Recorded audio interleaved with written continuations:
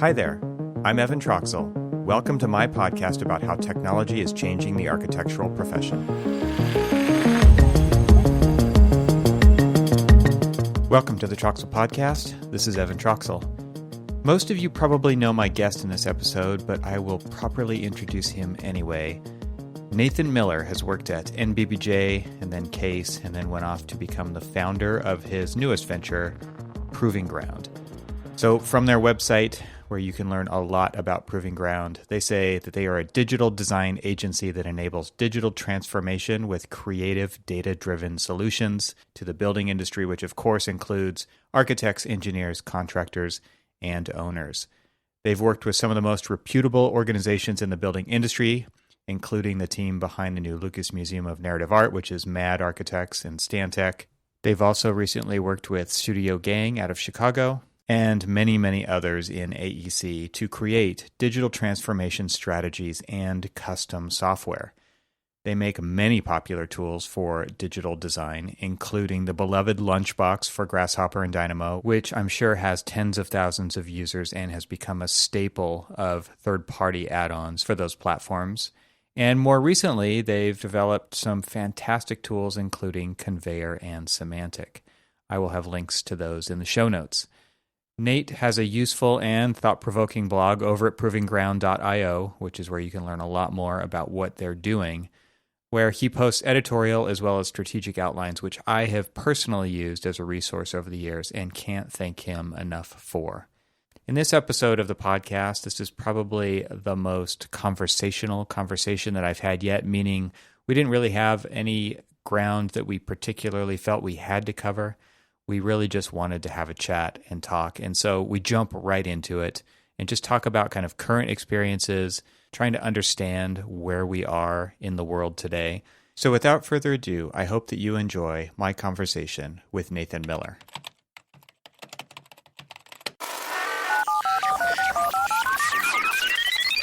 It's been pretty wild to kind of see where I thought things would be, but reflecting back in January, February, when I'm working with my staff and some clients to do like, let's start mapping out these projects for 2020, and then everything just went bananas, and trying to make up ground in some areas, seeing new opportunities in other areas which we didn't anticipate happening.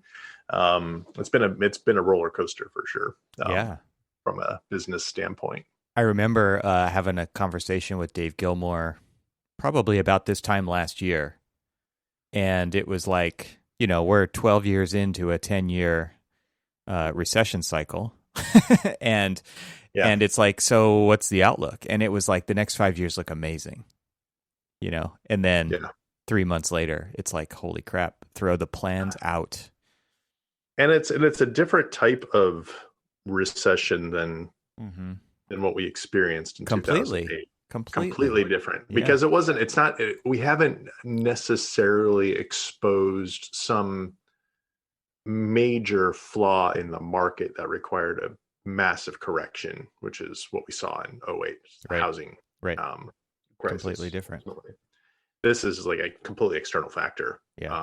And that has made any kind of prediction on, what are the recovery plans? What actions should we be taking as businesses? Is this going to last 3 months? Is it going to last 1 year? Is it going to be, 2 years? You don't know like when things are really going to recover.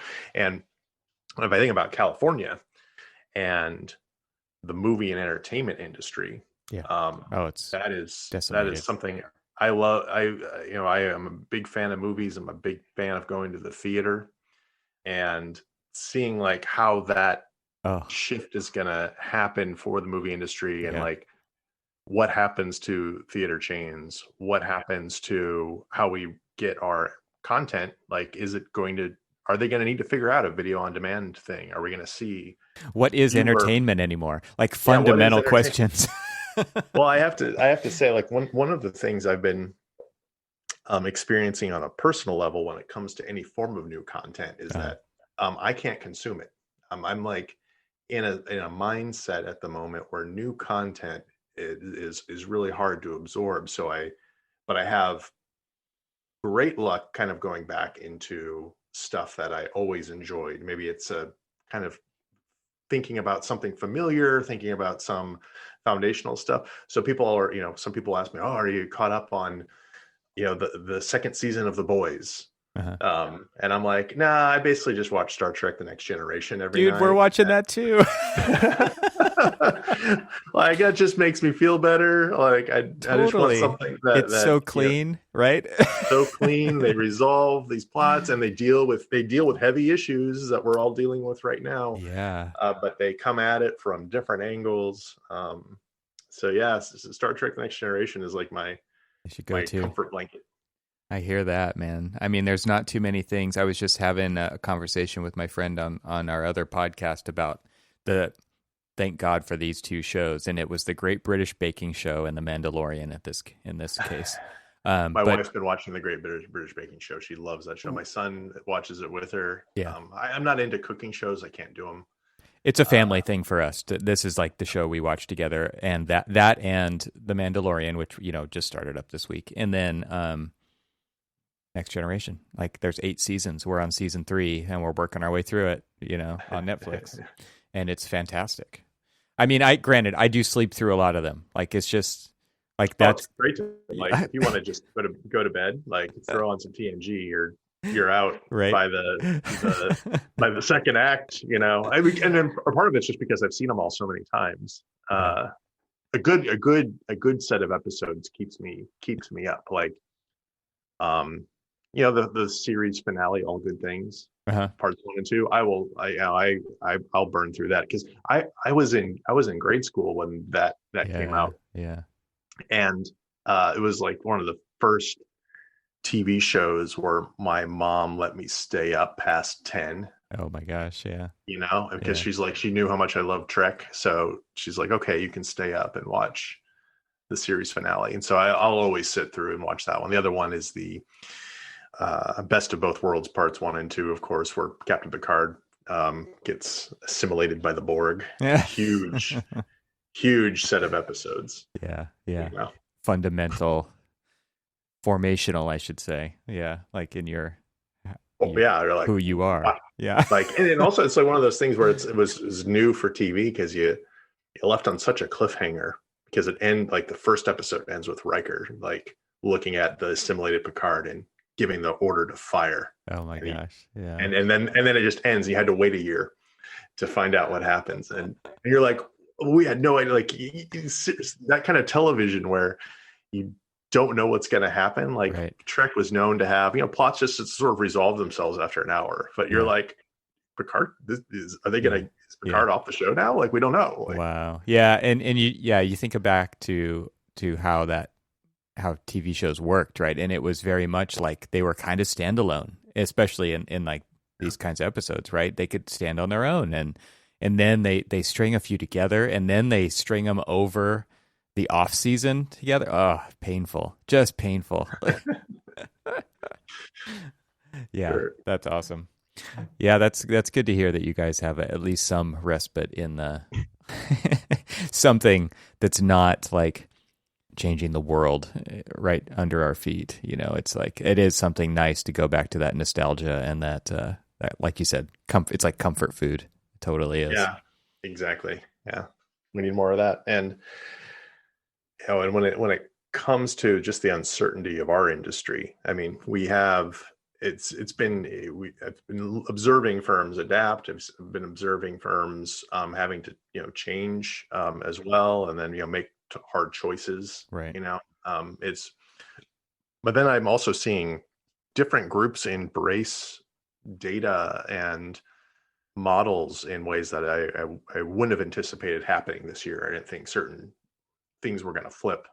And so when it comes to our business model, if I would have projected who our client base was going to be in 2020 back in January, it looks very different than what I thought. I mean, there's been a growth in our kind of owner operator market over the last couple of years. I'm like, okay, well, that pie is going to, continue to grow. And maybe in 3 years' time, it'll be dominant voice in our kind of services.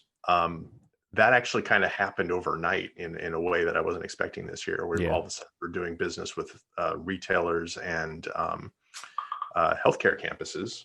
Wow.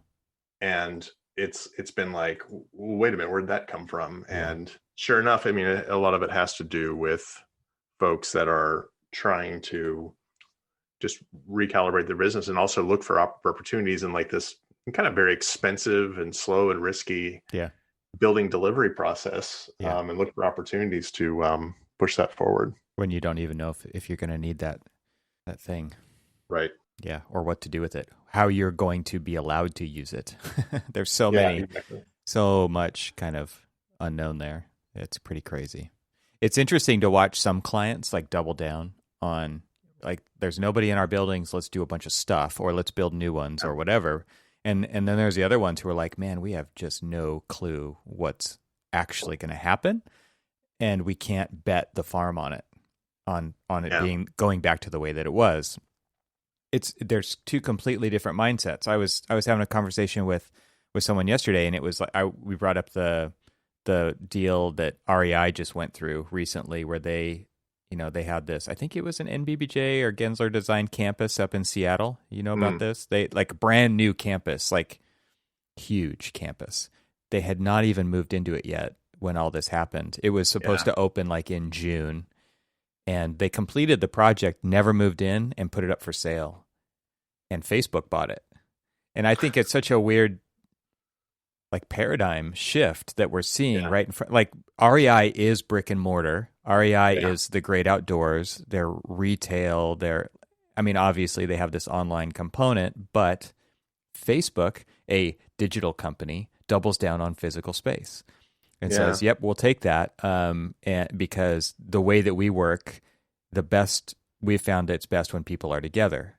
And like they're just like, that's a fully digital, like you could think that Facebook could easily operate in the over the internet 100% all the time.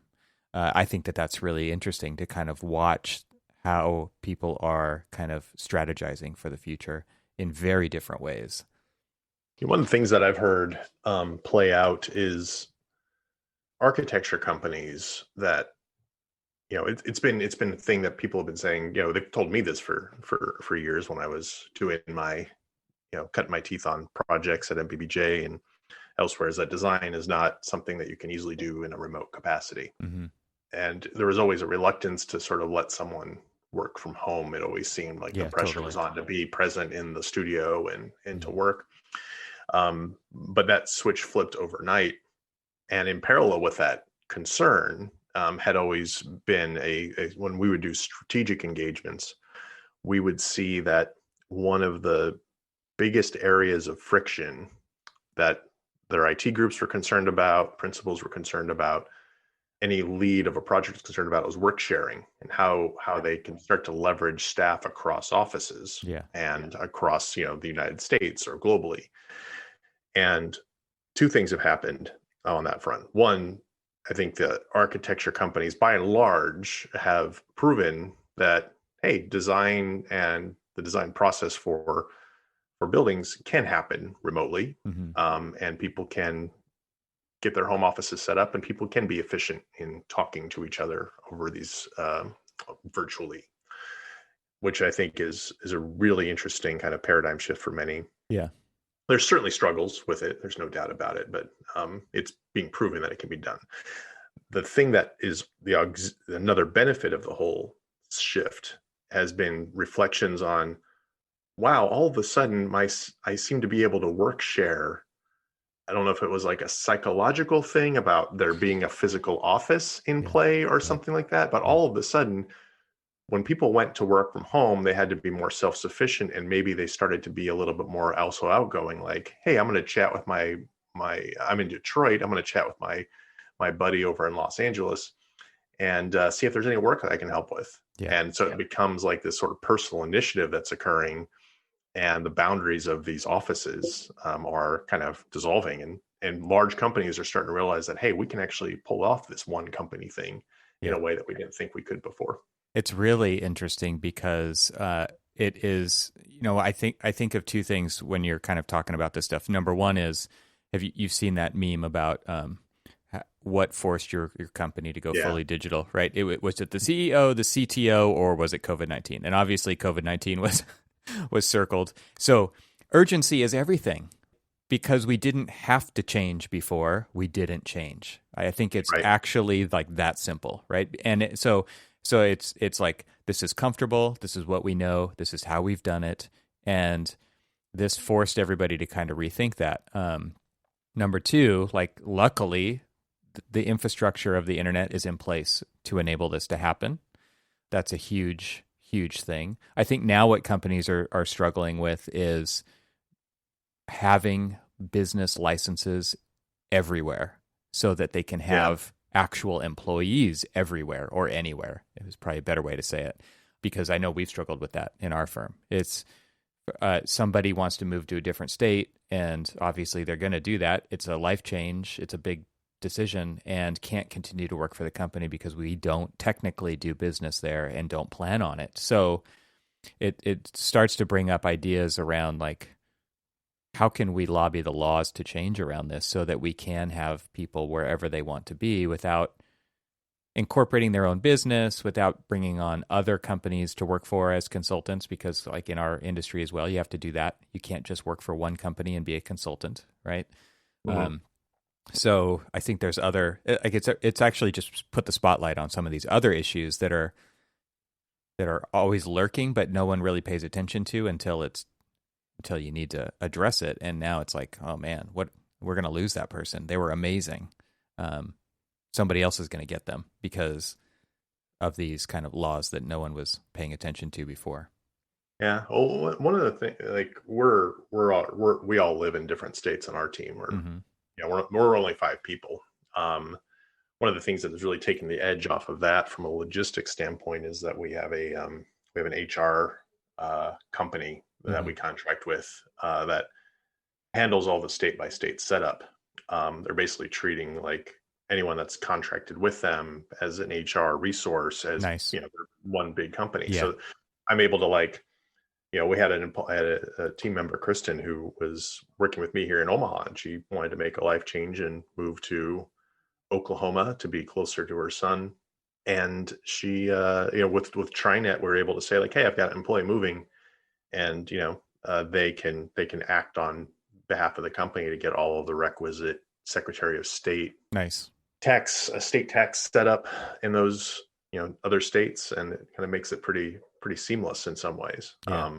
Setup is not necessarily inexpensive at the outset, but once it's all set up, we're all good to go. Yeah, it's interesting to me to think about that from a small firm perspective as well, where there's lots of potential for shared resources, but kind of combining together and acting more like a large firm with those shared resources without being a large firm, right? So that's one of the hardest things about competing with large firms, is just their access to resources and having all of this infrastructure in place and having specialized teams to handle certain things while your design team is doing what they do and your business development team is doing what they do. So obviously, if you're the small shop, you're doing all those things.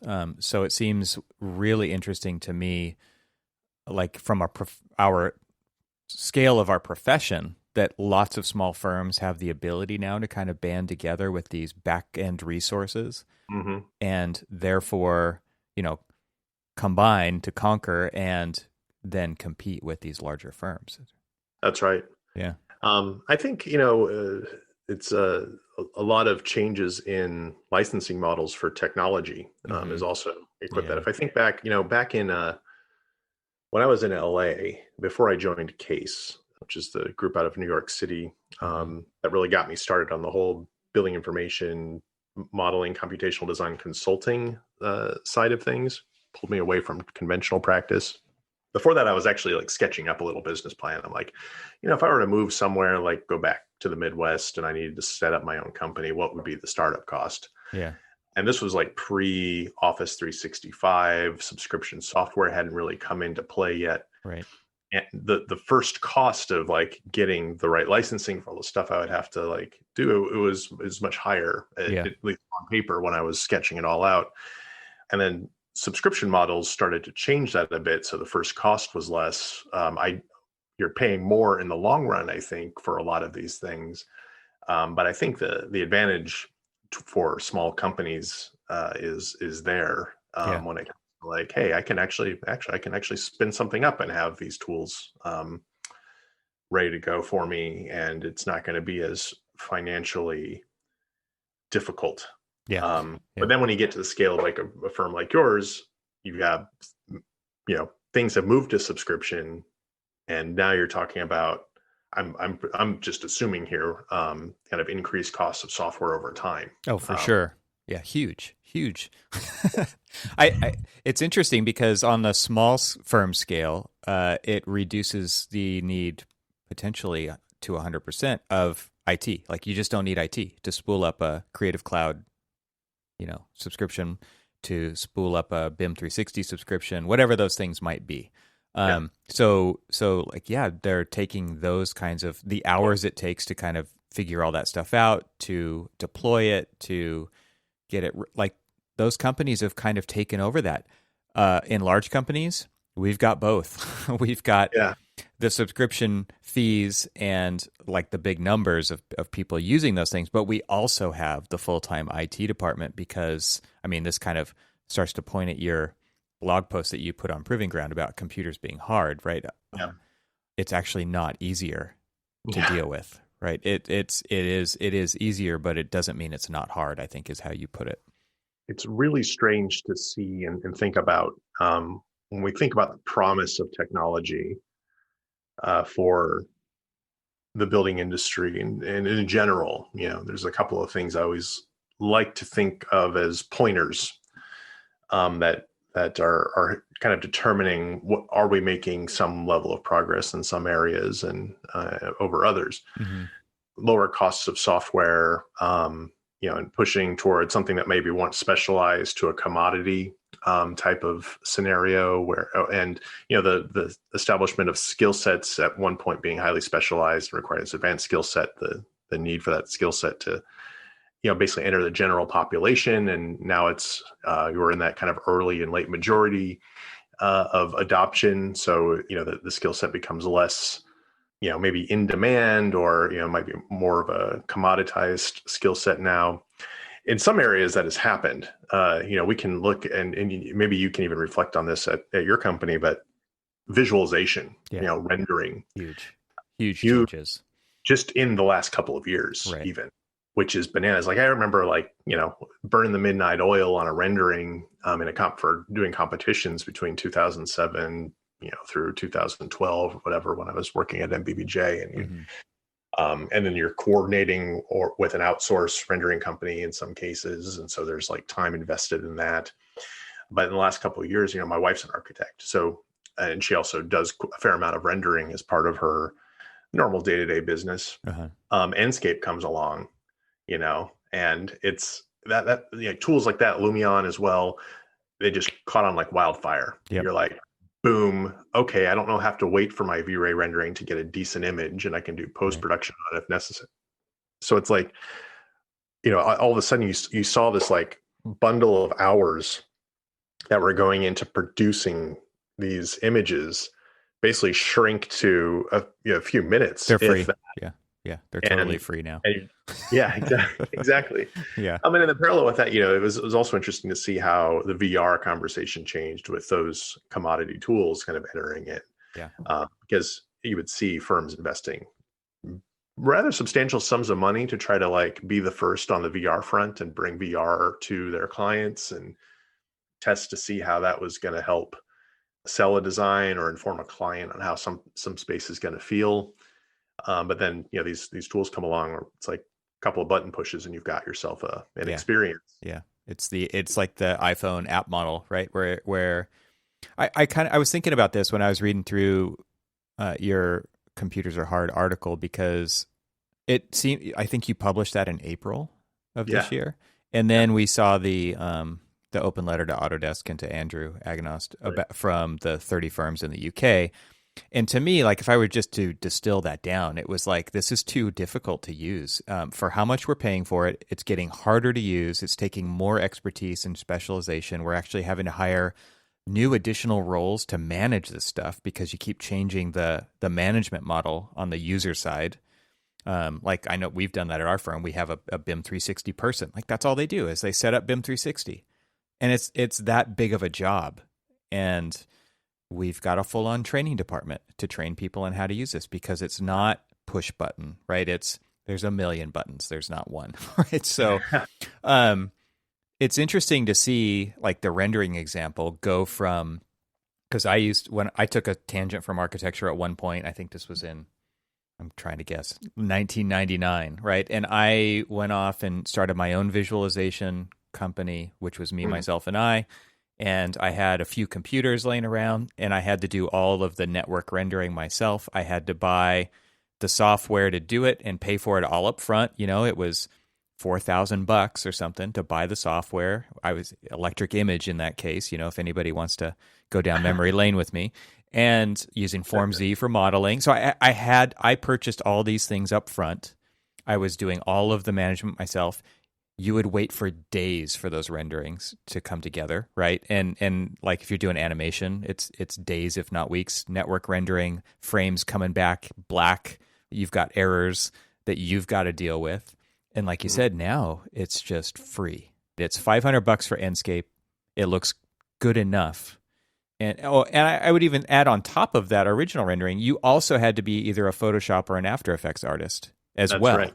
To do all of the correction, and we started coming up with all this crazy multi-layered rendering so that we could adjust in post, because everybody knew it was way better to adjust with the slider in Photoshop rather than re-render a frame, right? So we had matte ID layers and depth layers and diffuse and reflect. Like you could adjust it all after the fact. Those were the pros. Now, just pop off another rendering, like no big deal, right? Exactly. Yeah. Yeah, it's really interesting to watch that, like that whole, that's like a canyon that's been carved. And you look at it, the other kind of parallel canyon that's been carved with Revit, for instance, and it's just, you have to be more and more and more of an expert, not the Enscape model. Yeah, and it's not, it's not getting any cheaper either. Mm-hmm. You know, Revit, and it's also, Revit's been on it's been on an 18-year trajectory. Yeah. You know, I think we often forget how old Revit is, and not to say there hasn't been, improvements and things of that nature as it's gone along. And it's a very sticky software. It's really hard to think about, if there was going to be a new platform that's going to come in and change up the industry in some way, what that would look like, because of all of it's not just about like making a switch for your company. You have to think about, okay, well, I need to be able to integrate with my structural engineers, yep. MEP, all that training, contractor, all the trades. And so thinking about a platform switch is extremely difficult. Yep. But you're absolutely right. I mean, it's the amount of training that goes into maintaining the software, people having to employ coders and software developers to get the tool to do what it needs to do in order to overcome certain hurdles in a practice. Yeah. Tools like Dynamo and Grasshopper, they've introduced the visual programming paradigm, which is, low code theoretically. Mm-hmm. But you still need a high level of expertise. Yeah. You need a high level of expertise to do it. And that's an often overlooked side of this. I mean, if you would have talked to Nate Miller 10 years ago when I was first getting into Grasshopper, and really starting to adopt that, you would have asked me, I'd be like, oh, well, the future is, the architects and everyone's going to be using this in 10 years. It's going to be like, very democratized and more people are going to be using Grasshopper. It's true that it's far more spread out now. You can find folks that have had exposure to it in school and are coming into practice. It's still very rare to find the expert kind of computational talent out there. Right. It's very, very hard. And a couple of levels above that, you have the ability to write software at all. Mm-hmm. And that is extremely hard to find.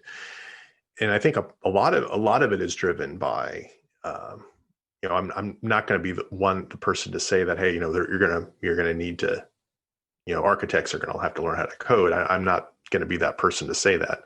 Some people find that surprising that I would be one that doesn't say it. There's just so much on the backs of architects right now, all the responsibility. Yep. To be a good project manager, like that takes dedication to make that happen. And there's not enough bandwidth for someone to be like, hey, if I've got talent in this space to run a good project, to then be like, okay, well, I have to learn how to code too. That's hard. Very competent design professionals out there that are paying attention to materials and experience. That's a form of specialization. The idea that you can understand the building code to evaluate your project is another set of knowledge and experience. And there's a lot of responsibility that falls on building design and construction professionals. And to think, okay, we're going to layer in expert software development at the same time, it's a really hard pill to swallow, I think, for many. Not to say that it's not delivering value where practices are finding value. There's extremely talented people in practice right now that are doing some crazy cool stuff, but that's a rare thing. Yeah, I think there's also just kind of this. I don't know if many people think about it this way, but I definitely do. I think you have to be a generalist to become a leader in a company like that, instead of an expert. And so, at some level, I think there's this weight on people. Potentially, at least, do you go down this expertise route and basically get pigeonholed? I get, to put it bluntly, to do this thing for a very long time, or are you able to, and can you then pivot and take a step back and enable others to do that, so that you can oversee this very complicated profession that we live and work within? Or not? Or do you go the other generalist route and become, the orchestrator of architecture, but not the doer of tasks specific to any particular role that it takes to have a successful building happen these days? Because honestly, like, people who are really good project managers and really good project architects and really good coders, like, there's a lot of value there. And so that, like, it makes sense, I think, for them to kind of stay there, but also, like, realize that as far as, like, corporate ladders go, like, it's kind of not an option for people hard. Like that. It's hard. And I think there is a bit of trailblazing that has yet to happen, perhaps. Like, if I think I have friends and have had friends that have had that anxiety of, like, I'm getting pigeonholed into this rendering role, like, I'm really good at it. But I feel like that's all I'm getting now, or people, like, sending me their project just to render. And there's, in my view, there's two paths. There is one path, which is like, absolutely, you're going to get pigeonholed and you might need to change direction and, try to generalize yourself a little bit more. Or you take that experience and you try to pivot it into something bigger. So if you're really good at rendering and people are recognizing your talent in this space of visualization, you should be advocating for and gunning for a role such as, like, an art director for a company, or kind of looking at being a creative director in that same company, and you could potentially carve that out for yourself. Absolutely. Yeah. Same with, like, if you're ace on the coding front and you're bringing, like, some kind of technology knowledge to your company, and your company may not have, like, a CTO or CIO position yet, maybe that becomes your trajectory, and that you start to really push your leadership on, like, hey, I can do this, but I can also see the bigger picture, and let's put our heads together and create a strategy for how I may be able to get there to a level where I'm at the table with y'all to help make decisions for the company. I guess the distinction that I make, and I absolutely agree with you, because I know among other people than myself who have done similar things to what you just said. Like, I know personally somebody who did exactly what you just said, from visualization to creative director. And it takes a willingness to let go of being the one who pushes the buttons and pulls the knob, because if you can't let go of that, you can't do it all. Like, you can't be the one who makes the renderings and does the creative direction, because they both take so much time. And I honestly feel like leadership, from that more generalist perspective that I described earlier, really requires you to be willing to share in that burden, but also share in the success of what people can do when they're enabled to do something well. Somebody needs to be the advocate for those people. Like, it can't all be self-advocating. And I think that's where a lot of people fall short in that, in actually becoming leaders, is that they still feel kind of, I don't know, I think it's just like they really like doing it. Like, there's nothing wrong with that. But they also have kind of worked their way up this seniority ladder that doesn't square with the kind of enabling that they need to be doing to others within a company. That certainly resonates with me for sure in the kind of the business ownership side of things, and trying to build up a company that has certainly a level of specialization among the staff, but still wanting to make tools. Yeah, and myself, wanting to code and wanting to build stuff up and have experience doing that. And the idea of letting go is it's hard, but in some ways, if you get the right team and you get people that you can trust, you can do it. It's really hard to let go if you don't trust your people. Yes. And then you can focus on mentoring in some way. That's something that I'm learning how to do and trying to learn how to do. If I can get my team, one of my team members to kind of go off and do their thing, and maybe they hit a roadblock in their development, or they have a question that I may have encountered before, and be able to say like, oh no, you should look at this. That to me gives me a thrill at the moment, like being able to sort of let the talent do the talent, but then when it comes to a critical juncture, I can like impart some knowledge and experience to help move the project forward. That's great. But I think the other side of it is also just trying to find fulfillment in other aspects. There are certain parts of the work that we do still that I'm deeply involved in. Like, I code conveyor, and getting these help to get a lot of these products off the ground, and think about like that kind of model and how we might bring some things to market, but also help maintain and help support these things almost as a user in some capacity. That's been exciting. There's other stuff like finding a hobby has been a great kind of mental reprieve, because if I'm like spending a day working on contracts, statements of work, executive summaries, those aren't necessarily the three things that I got into this business to do. And like making YouTube videos, doing marketing, and making YouTube training videos. Well, I've been really into 3D printing, and building, just fun stuff for my kid and for myself. And what that entails is like going back and doing just classic surface and solid modeling in Rhino, not worrying about if I need to get into Revit or not. I just need to worry about the STL. Yeah. And not worrying about what the drawings are going to look like. Yeah. And as much as I love Grasshopper and the computational paradigm, like I think at my core, I love modeling technique. I love me too. Clean meshes. I love the idea of working with surfaces and making just really nice, well-crafted models that if I take them to my printer, they're going to print and they're going to be really nice. I love that. Yeah. And, that's what I'll do, in the evenings and in the weekends. And it kind of, keeps me sharp with the tools. I can answer Rhino modeling questions still. That's like a thing.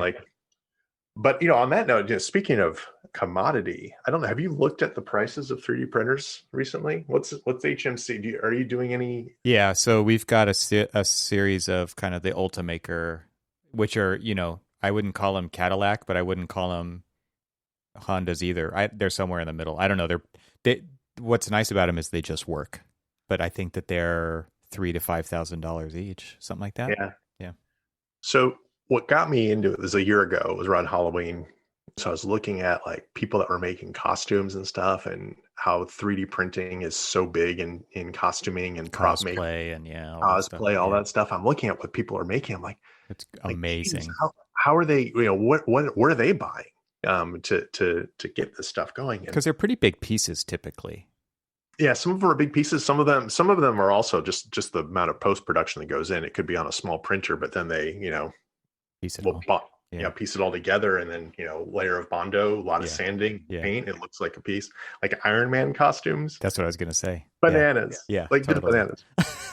But I was like, okay, well, what are people using to make this? And I came on the a model of 3D printer. It's called an Ender 3, I've seen that. sub $200. That's incredible. They retail for like, you can get them. You can go to the Creality's website, and they're like $179.99. Wow. A spool of PLA anywhere between $18 and $25 for 1 kilogram of this stuff. You could get set up with an entire 3D printing shop. I have 2 Ender 3s over here in the corner that I'll have going. And with my first purchase was an Ender 3 and 2 spools of black, and it was like less than $250. That's incredible. And they work really well. It takes about an hour to self-assemble them. Handful of issues every now and then, like bed leveling. It doesn't auto level the bed, so you have to like kind of work with that. But I'm like, holy crap, why doesn't every architecture firm just give every staff member a 3D printer at this point? Because this stuff is powerful. Like, can I tell you like the most frustrating story about 3D printers ever is like this thing is like I don't know if you can see behind me. Yeah. But I've got a bunch of stuff. Like it's actually like printing algorithms. Like that's what this stuff is. I take my algorithm and I'll print it out because guess who likes to look at this stuff? Old architects. Old architects like to hold these things in their hands and like look through them, and it speaks a language that they speak, and it really helps kind of sell that. So the most frustrating story is like this is magic. This thing came out of my computer. I didn't have to do hardly anything. Like I'm using open source software to create the file that creates the G code that the printer reads, and it just starts printing. The most frustrating thing is, wait, what? That thing takes 18 hours to print? Yeah, it's a time. I'm like, it's magic. Yeah. You're not even paying somebody to do that. It's magic. It's coming out. Yeah, but can it be faster? I'm like, oh man. And so it kind of goes back to that rendering thing, right? Where it's like, it used to take 18 hours to cook one frame overnight, with ray tracing, back in the day when we had 233 megahertz computers, right? And now they're free. And I wonder, like, are we going to get to the point where this is free, or direct to model fabrication, or like where that just happens and it happens fast? Is that going to happen with our drawings? Like, the validity of drawings as a deliverable in the future aside, potentially, could it be possible that we like we have to get there? I think a lot of people forget that we have to get there to that point, and there is a process to getting there, and we're kind of figuring a lot of those things out right now. But it's also incredibly frustrating to have gone through the process where in school we built models by hand. We built study models out of chipboard and basswood and glue. And now everybody in school either doesn't model anything at all or they 3D print it. Like that's the only acceptable method of modeling nowadays for physical modeling.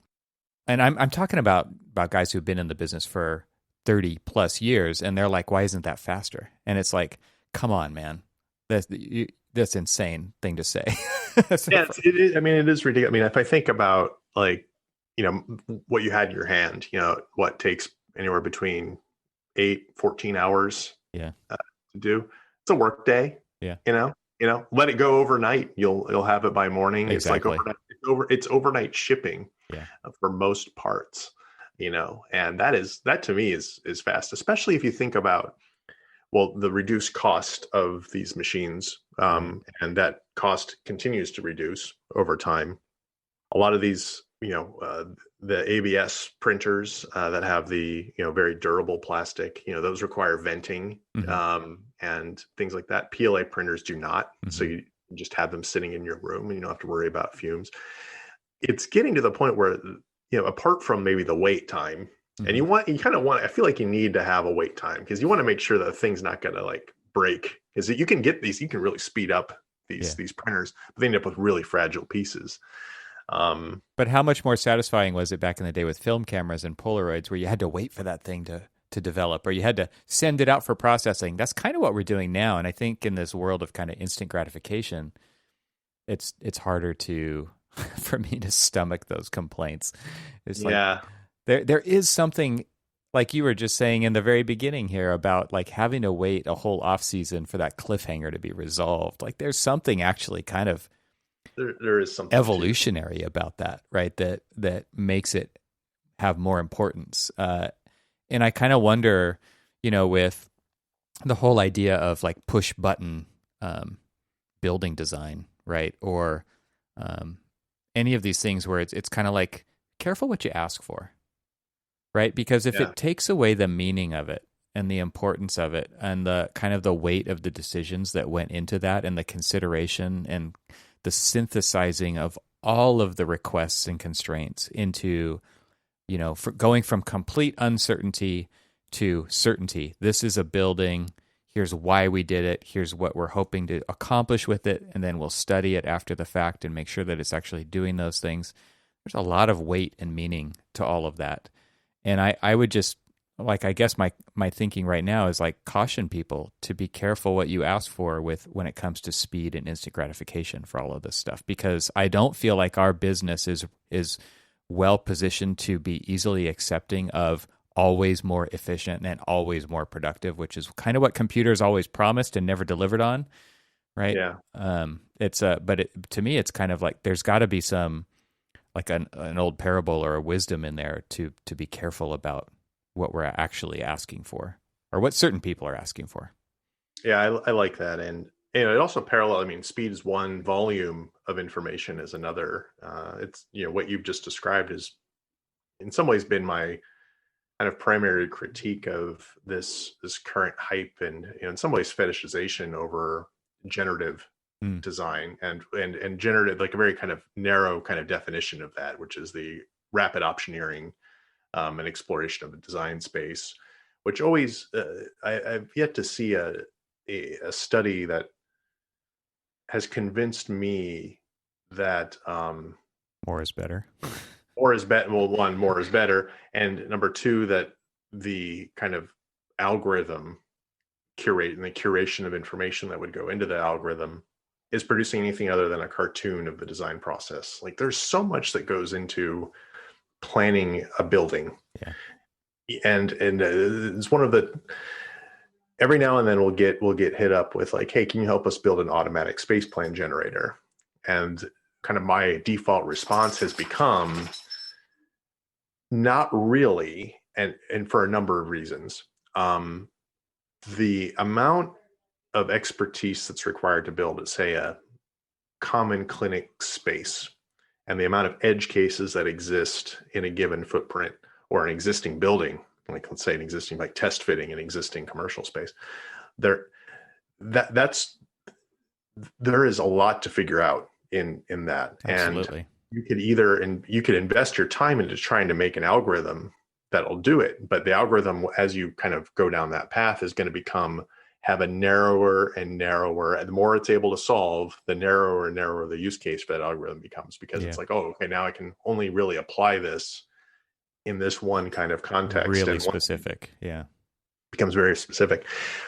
And, when I see attempts at like those types of test fitting tools, they always either come off as, to me, oversimplified studies, or the resultant output feels so generic and void of anything that I would really want to experience in like the urban landscape setting. And that might sound very old school to some people. Maybe as I get older, I start to become more and more of the codger of like, well, it's missing some kind of spirit of design or something like that. But as I kind of go down this path and look at technology and look at what's being produced and what the aim is, like for me, a driving factor in all of this stuff when I was first getting into Grasshopper. I was like, wow, I can start to realize some really powerful design vision that couldn't have been executed before, or wouldn't have been as easy to deliver before. And by some utilization or orchestration of technology, we can produce a built environment that is measurably better in terms of its experience and its performance than we could before. But this idea that technology can also be used to make stuff faster and as generic as possible is a real danger, I feel. All of a sudden we're using technology to create sameness rather than delight, and I think that's a problem. And that's sort of why I like to think about how can we start to orchestrate the tools to, not from an automation and optimization perspective, but kind of almost as a equipping of a designer and their intuition with more information to help guide them to make better decisions, but also allow the kind of the intuitive aspects of what does it feel like to be in the space. From an engineer's perspective, can I actually start to measure and verify that this thing is going to perform like I think it's going to be? Can I find some kind of new opportunity to introduce a structure that will save time and material cost, but also kind of support the design vision? That kind of maybe it doesn't create as buzzy of a sales pitch for new tools. Like you would say, like, hey, I can generate 1,000 options now. You can only generate 3. Like that's going to get a headline. It sounds awesome, but at the same time, like, so what? And did you learn anything? I think that one of the things that often gets left out of that conversation is, personally, I could generate 2 or 3 schemes in the time that, and way longer of an amount of time that it would take that computer to generate 1,000. But between schemes 1 and 2 and between schemes 2 and 3, I have learned a lot about the project. Mm-hmm. And I think that is the thing that we see really lacking in these tools, is that it's not learning. It's just spitting out options. Like, it is really that simple. It's not saying this one's better because, and using that, I know there's a lot of like genetic algorithms out there that do attempt to kind of solve for different levels of fitness, that it is maybe getting more towards a point of optimizing for some goal. But like you said, there's so many inputs that we are synthesizing as real people and to real meaningful design and experience that is measurable at some point, hopefully, that it's really hard to capture all that in an algorithm. And therefore, like, I remember the early promise of generative design being like, it can give you options you would have never thought of as a potential starting point. Mm-hmm. But how is that any different than what you're already doing? Like, I already never thought of this project until I started looking at the problem. Yeah, exactly. Yeah, I mean, the idea that how do you know I wouldn't have thought of that? Like, that's like, can you really demonstrate I wouldn't have thought it? Like, that's a broken argument for sure. That's exactly right. It's a broken argument, or it's one that's like, I don't know if it's somewhat of some sort of fallacy. Yeah, logical fallacy or something. Yeah, a logical fallacy. I'm like, well, every project's like that. I could sit here with a piece of trace paper and design something after learning about the problem. But if I would have but I just thought of it. Like, I never thought of this before until I actually started. It's like, I think it's weird because, like, I think the people asking for this are not people who actually design buildings. They are somehow involved in the process where the company could get some kind of gain out of gaming that, what they might call an antiquated process. But is it really going to make better architecture? I think, there's probably a spectrum to this. Not every building in the world can or will be like expertly designed. We see it all the time. Most of us live in houses that were, off the shelf, either tracked home or plan out of a book of plans or et cetera. Mm-hmm. And then we experience some architecture in our life, which is a very small percent. Some have claimed it's 1% of the built environment or less. Mm-hmm. I mean, the truth is there's something in the middle too, right? Which is like better designed spaces at more scale and more volume. Yeah. But it's, to me, that seems to be the most promising aspect of something like this, where if a firm or an architect can encode kind of their approach into a repeatable solution Yes. that is going to be applied at scale, which is not most quote unquote architecture.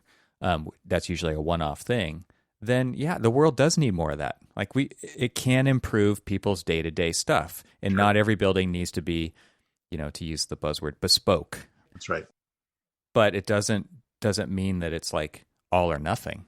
It doesn't mean that you only go down one of those routes. Like, I think we still want to have the impact in our community spaces to make I guess we want to have a greater impact in certain places. And those are the ones that I think, like, good design does take time, period. Yeah. It does, because there's so much thought and consideration that has to go into that, and you can't algorithm that. Yeah. Well, this type of dialogue is something that I think more people in our space need to be having. I think one of the things that it's frustrating for me is when you're a technologist or in the technology space, I feel like there's a kind of an accepted role that you often play, and that is to hype that technology, get people excited. It's the old Cedric Price quote, right? Technology is the answer. Now, what's the question? Yeah, Nate, you're the hammer, and you only have use that tool for every problem that comes along. Right. Yeah. And then that you see that come out, like, so, and you also see this consumption of marketing information around certain concepts and sort of the regurgitation of that to certain clients. Like, generative design is the thing, Autodesk is pushing it, and I'm going to try to create a market for it, or like kind of really promote it as like a cheerleader of sorts. But I think we're also at a moment where there's so much information and data and technology available, where a critical eye on, is this making it better, is increasingly important. And really kind of thinking about also the duality of the technology, and both its benefits and perhaps its scary aspects. If I think about the Internet of Things, for example, and buildings that are increasingly more intelligent, you have enormous opportunity to create scenarios where you can really optimize their operations, save energy, right size your building program because you understand how the spaces are being utilized. But then on the other hand, you have kind of more nefarious ends in play. Like, is this invading privacy? Is this creating a cybersecurity hole where my building can be hacked? Is it really exposing these risks? And I think it's really, I say this a lot to other architects. It's sort of like, architects need to be involved in this conversation more than anything else, I feel, because I remember sort of architecture 101, you're kind of maybe designing your first house plan, and you need to understand the distinction between the public space and the private space of a house. Or any other operation, like if it's retail, it's the front of house and the back of house, right. Restaurants and so on. So we're trained very early to think about public and private, and what this means from a spatial quality and environment type of thing. But a lot of that's being dissolved, where you might be in the seemingly private space, but if you've got an Alexa sitting in that room, it's not. Is it really public or is it really private? Right. And I think that kind of critical, like finding what is the answer, or where can an architect help guide and position these new opportunities in a way that isn't crossing the line on things that some people value quite highly, which is privacy. And I don't want my house to go haywire like in Mr. Robot, because some hacker got into it and is now turning the lights on and off on me. Yeah. I think a healthy dose of skepticism is a virtue at that point, right? Because you are a technology guy. I think people probably do have an expectation when they talk to me or you regarding like what your point of view is going to be regarding technology. And that is like, yeah, more technology. And it's not the case. I think it does take that healthy dose of skepticism to say like, no, I don't have any IoT devices in my house for these reasons. And what was interesting was I had an electrician out doing some work and he was like, yeah, just put a smart plug over there. And I'm like, okay, let me tell you about smart plugs. And he was like blown away. He says, dude, I use these on every single project. I had no idea that, it was, obviously it's on your Wi-Fi. Now it's a potential threat on all of your network activity. Potentially, right? Like it doesn't mean it is, but at the same time, he was like, I'd never even considered that. And how many clients does he see every week where he's like, yeah, just pick up one of these smart plugs or this switch or this thermostat or whatever, where it's like seemingly the outcome is, or the benefits are X, Y, and Z, but no one's talking about the nefarious stuff that could happen there. It's really interesting because like I think that the ideal picture is the one that typically gets painted in these conversations. And you do need somebody there to be like, yes, and be aware of all of these things and make sure they're in the meeting minutes, right? Yeah. I mean, and I think that is not to say that stuff like this cannot have enormous benefit. I mean, I think as a society, we have collectively accepted that smartphones have made aspects of life a lot better in many instances. The ability to kind of place an order, text, message, check your network. It has its benefits and its advantages, but we did, I think, also collectively give up certain things when we went that route, and it opens up all sorts of I think interesting political paradigms as a result as well. Like I really appreciated Andrew Yang's perspective on shouldn't people be buying our data from us? Yeah. Instead of having it just be up there for free where we're essentially the product, and starts to create a new line of thinking in terms of public policy. And I think it's extremely fascinating and a conversation that we absolutely need to be having. And automation too. Yeah. What happens when, I make algorithms for a living. Automation is a big part of our business model and helping people try to find efficiencies and things like that. But there are enormous consequences to automation if it's positioned as a way to replace labor. And you can both create jobs, but you can also destroy livelihoods with it. You're wielding really powerful stuff when you're dealing with technology. I was just the other day, I installed the DuckDuckGo privacy browser on my phone. It was the recommended browser by this new site that's out there for, when it's really taking privacy and security into consideration. And the first thing that it tells me is, because it's like the first time I'd used the browser, and I'm sure it doesn't do this every time. Maybe it does, but it said like Amazon and Google were both trying to watch you go to this website. And it's like, I just installed this browser. Yeah. This is a brand new install in a phone where every application is sandboxed. So how does that work? And it just starts to get you to think like how hard people are trying to get this information to create this profile so that they can target advertising at you amongst the many other things that they're actually then selling that data to. Like I'm going through a refinance in my house. How many people now have my name, email address, physical address? Because those companies are like your LG TV is, when you go in to update the firmware, like they're making, how much of their money that they're making in their revenue every year is based on selling your data to somebody else. Because TV prices keep going down. People only buy a new TV every 10 years? So how else are they going to make money off of you as recurring revenue? They've got to find ways they don't have to, but they do find ways to do that. Yep. It's crazy. It's absolutely crazy making. No question. And, I think about what this means for as built environments become smarter, which again can have enormous impact on being able to moderate and control energy consumption, reduce potential waste, right-size buildings to where you're not projecting how your building is going to be used, and maybe you Mm-hmm. don't need to build a new facility at all as like a clinic, because you can optimize your current space. Mm-hmm. Enormous benefits.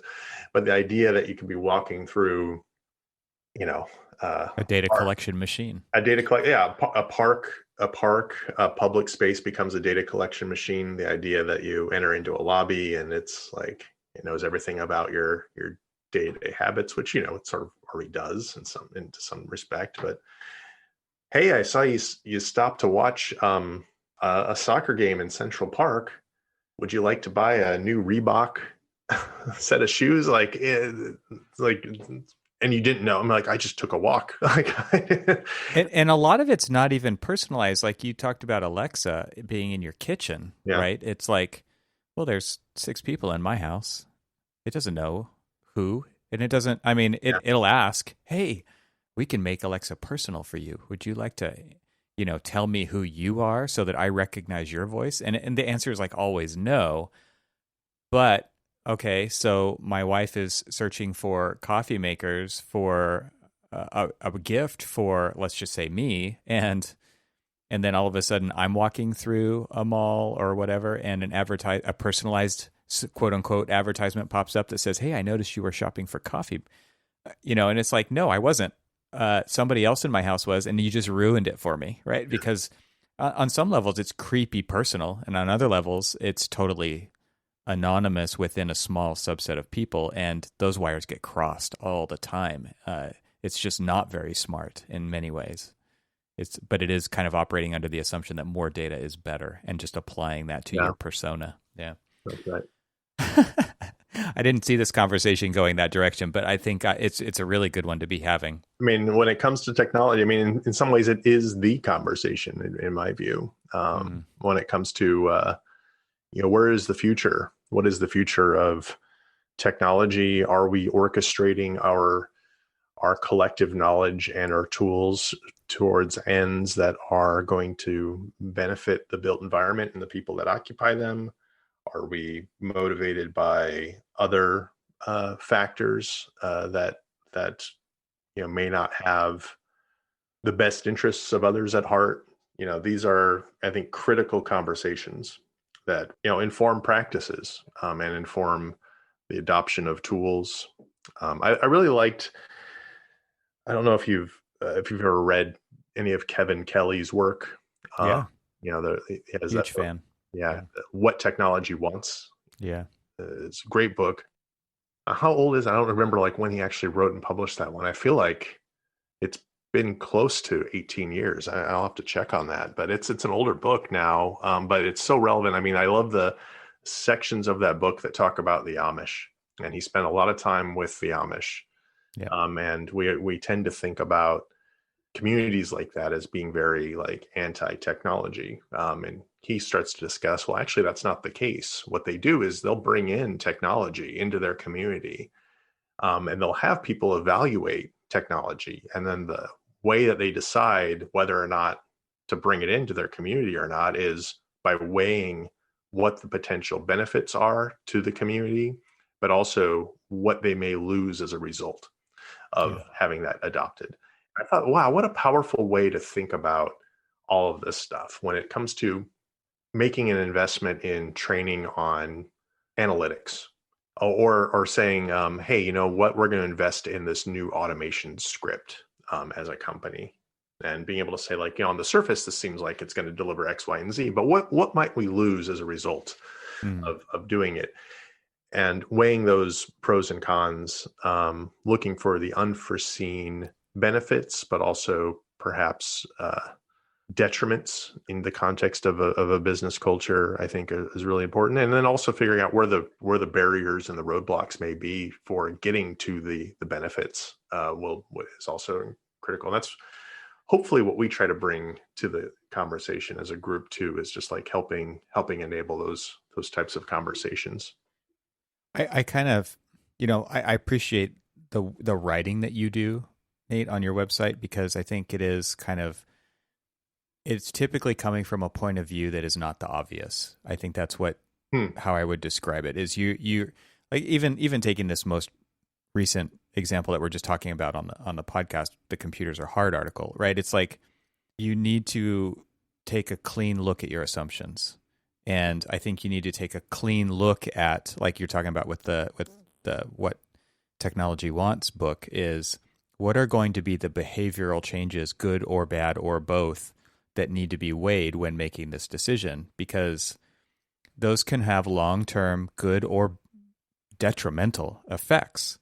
I think it kind of does go back to the be careful what you ask for assumption that more is better, or that we need data. It's like you might not like what you find.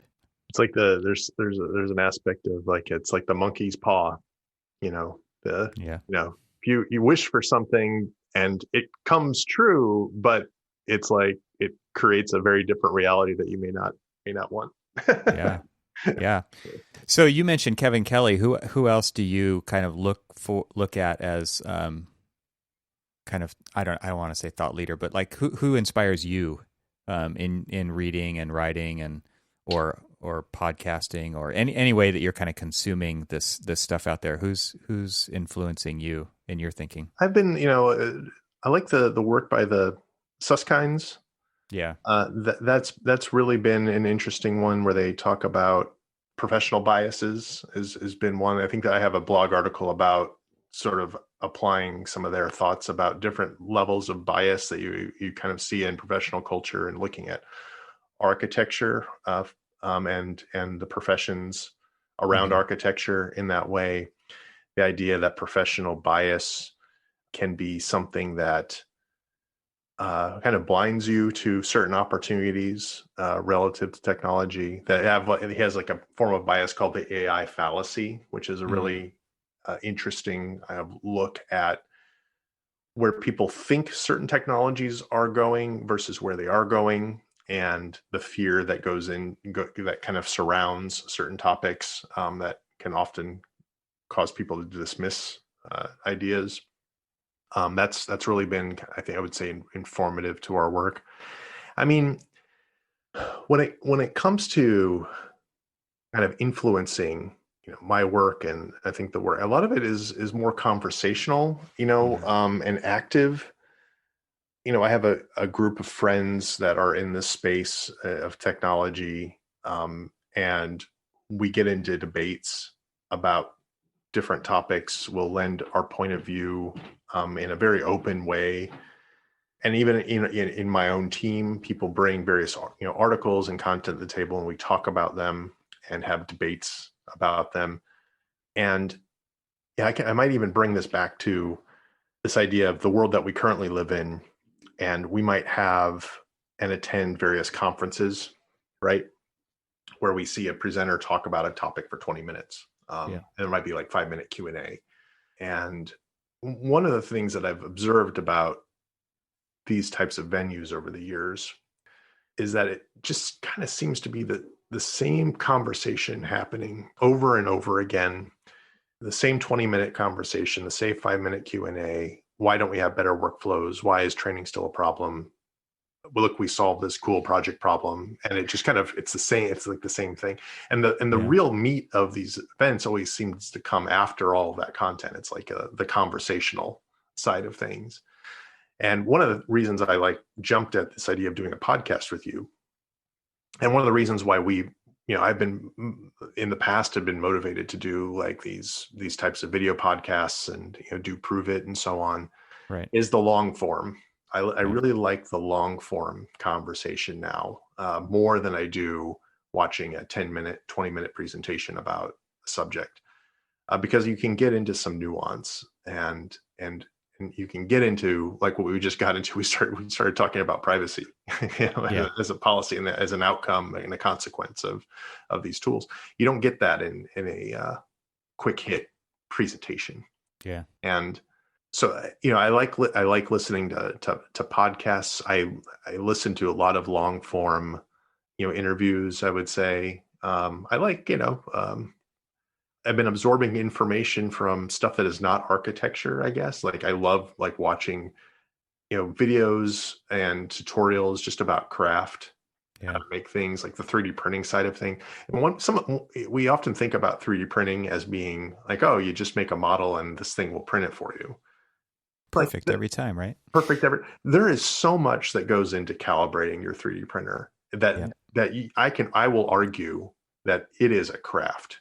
It Or is changes the way you make models, right? Like it exactly. goes back to it could reinforce or it could completely dismantle the way that you think about building a model so that it can be 3D printed. Yep. So cool. Yeah. And that type of like just finding people that are experts in their craft or looking to push their craft forward, and then looking at their content and watching it is kind of where I'm drawing a lot of inspiration at the moment. I had a podcast episode with Dane Stokes from ZGF, and he kind of in passing, and I did include it in the show notes, but he had this mention of Colin Furr's YouTube channel, and he's this guy who just kind of builds whatever the challenge du jour is. Like he turned a bumper car into a drag racer, right? And I love watching that kind of stuff. I think like because Dane himself he's a fabricator. He has a background in design and fabrication, so he's turning his Porsche 914 into a he calls it the Project Ankle Biter, but it's a fantastic project where it's basically a completely custom car by the end of this thing. And I love that kind of thing because it gets you out of your daily conversation that just kind of becomes like hard to separate the signal from the noise at some point. And it gives you another outlet to recalibrate why you think what you think, how you approach problem solving. I mean, there's so many examples of that kind of stuff that comes up by like I'm remodeled this space myself, right? And so when you actually have to make things, it actually makes you go back and reconsider how you model things and how you draw things and how you represent things and what you call things, because you've never had to take sequencing into account before, right? For instance. So all of a sudden, that's a major problem when you've got, this, in my case, this sauna in my room that is, I have to now remodel the entire space around it. It's funny stuff like you never think about in your day to day until you actually do it yourself. And I think like that's why I always ask people like what else is out there that's influencing you that's potentially outside of your day to day, because I think it does kind of show how it shows like where those other experiences and where those other channels of thinking are coming from, and it might give people a reason to get out of their own kind of comfort zone of where they operate day to day, especially as we're like on this screen all the time now. Yeah. Right. It is do things that are off the screen. Right. Right. I'll tell you, two shows that I watch on the regular are they're YouTube shows. I talked about how I don't watch new content. I say that in the context of like popular media, but I watch a lot of like just YouTube maker shows. Love Adam Savage's show. Mm-hmm. And like, just, sometimes he'll do like the live stream build of something, and just to watch him think about how he sorts parts at the front end of any project, and how he thinks through how he's going to build something. He did a pretty interesting one on just, making a vacuum form mold for a costume project he was working on. It was like great to see how he thought that through and created vacuum form piece. Like little things like I never called this up, but I'm sure you've experienced, you're in the shop and you drop like a nut or a screw, and then you're like having to find it. Yep. And you don't quite know where to look. And he's like, one of the things I learned was it's called sending out a search party. If you just drop something, find a piece that's about the same size and drop and watch where it goes. because then it basically creates the search radius that you need to look to find the thing that you actually did lose. And I'm like, I'm using that now all the time. Right. And in some ways that also applies to debugging. It's influenced my work. If I encounter a bug and I don't quite know where it is, the idea of setting a search party or putting something in the code that kind of tells me where I need to be looking a little bit more closely for a class, and like being a little bit more surgical with your breakpoints and the debugging process, it all applies. The other one I will point your viewers to. I love it so much. I love this show, The Hacksmith. This is, and it's all fun, nerdy stuff. He makes basically the premise of their show is they'll take popular props, popular things that are out there, and like Star Wars, like the lightsaber.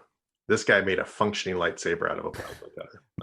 My son sent me this. Yes, it's like, and the way they think about a problem like that, and they're like, okay, we're going to use laminar flow to control the volume, and so we can get like a really nice, precise blade that can cut through things. It's great. They have an ongoing, or I don't know if they're still doing it. They had an ongoing project where they're like, I want to make the exoskeleton from Aliens, the one that Ripley comes out with. And the big yellow one. The big yellow one. And they go through this reverse engineering process. They're like, well, in the movie they did this, and they probably did it so it looked cool and refined on screen, but it actually needs to be engineered like this in order to get the right tubing to do this. And they did crush tests on the armature. Wow. It's so cool. So it's all about taking these kind of fantastical concepts from movies and comic books and using their shop, which is amazing. I'm like envious of their shop. Yes, they must have so much. They must get so much good ad revenue and Patreon supporters where they can just have this crazy shop and employs people where they're just like, yeah, we're gonna make these things and then we're gonna break stuff with it. It's like, it's amazing. I love it. Yeah. Well, YouTuber was not on the official list of acceptable careers when I was growing up, but now it certainly is. And it's so funny because like our kids will watch the crap out of YouTube. And I'm like, you can watch it all day long, but like, and you can talk about how you want to be a streamer and all this. I said, but you actually just have to do it. You also have to be really talented. I think there's like and you only get that way by doing it. It's like you have to actually put in the time to do it. I don't really mean to go down a rabbit hole here, but I think it's so interesting to watch what kids are interested in and how they can, you really literally can do anything with your life now. And I'm not going to tell you what you can't do, but you've got to do something. You've got to do it. You would make me so proud if you became a professional YouTuber. I think that would be so cool because there's so much good stuff on there. I once cited YouTube as like my favorite productivity tool. And it can also be exactly the opposite, right? You're talking about the rabbit hole, but man, there's so it is now, like we talked about on another previous episode. It is now the Haynes manual of how to take anything apart on your car and fix it, right? Totally.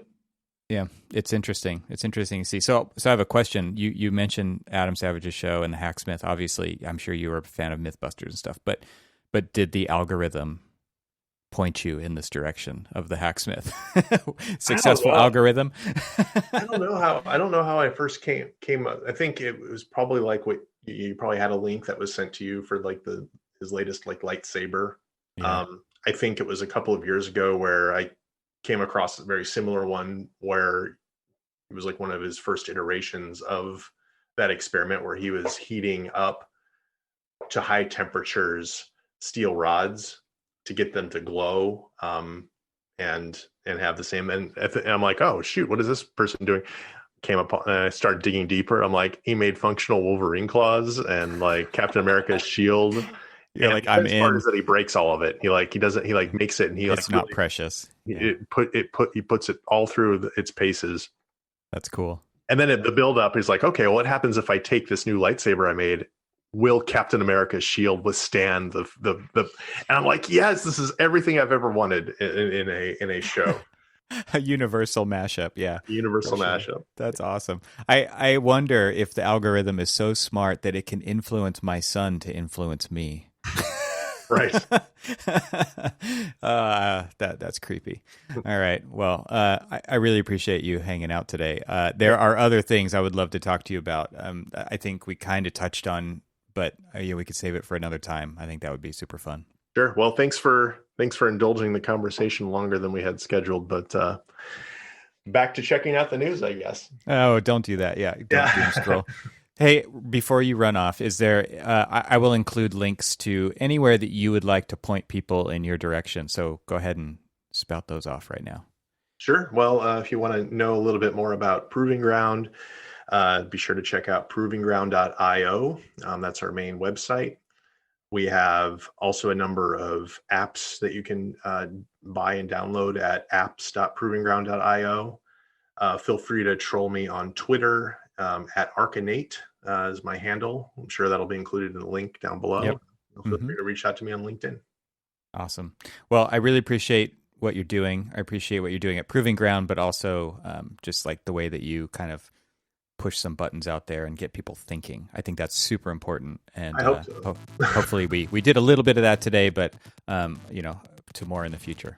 So cheers. Great. Thanks, Evan. Cheers.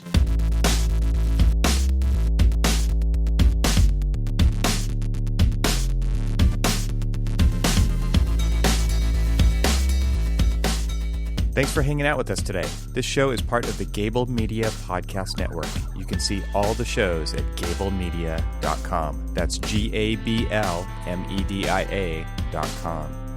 You can help support what I'm doing here by leaving a 5-star review on Apple Podcasts to help get the word out, and of course, share it with your friends. I'd love to hear from you, so leave a comment on the website at trxl.co/podcast, where you can find every episode. You can also follow me on Twitter and Instagram and YouTube. Just search for eTroxel. Talk to you soon.